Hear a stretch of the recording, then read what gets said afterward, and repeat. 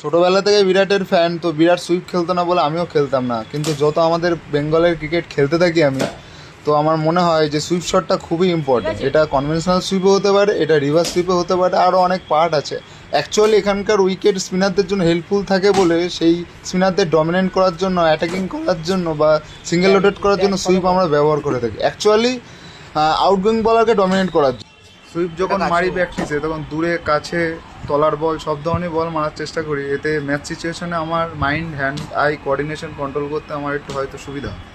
তেমনই প্র্যাকটিসে অ্যাজিউম করে নিই যে লেগ সাইডে 4টে ফিল্ডার আছে, ট্যাপ সুইপ খেলি একদিক পেতে সুবিধা হয়, বা একটা বা দুটো ফিল্ডার আছে মনে করে আবার হার্ড সুইপ খেলি, তখন 4 পেতে সুবিধা হয়, এটা অ্যাজিউম করি। প্র্যাকটিস সেশনে প্রথম অফ স্টাম্পের বাইরে গুললেন বলটা আমি ছেড়ে দিলাম, আর পরের বলটা আমি হার্ড সুইপ খেললাম। পুরোটাই ডিপেন্ড করছে ম্যাচ সিচুয়েশন আর তোমার ফিল্ডিং প্লেসমেন্টের উপর। সুইপ মারার সম্পর্কে একটা ইনফরমেশন আমি শেয়ার করি। সামনের পাটা বলের লাইনে যাবে, কিন্তু বলের একদম কাছে যাবে না, পিছনে হাঁটুটা বেন্ড হবে পুরোটা, আর মাথাটা বলের উপরে থাকবে, তাহলে তোমার কন্ট্রোল করতে সুবিধা হবে। দুটো ভিডিওর মাধ্যমে আমি শেয়ার করলাম, আশা করি হেল্প হবে।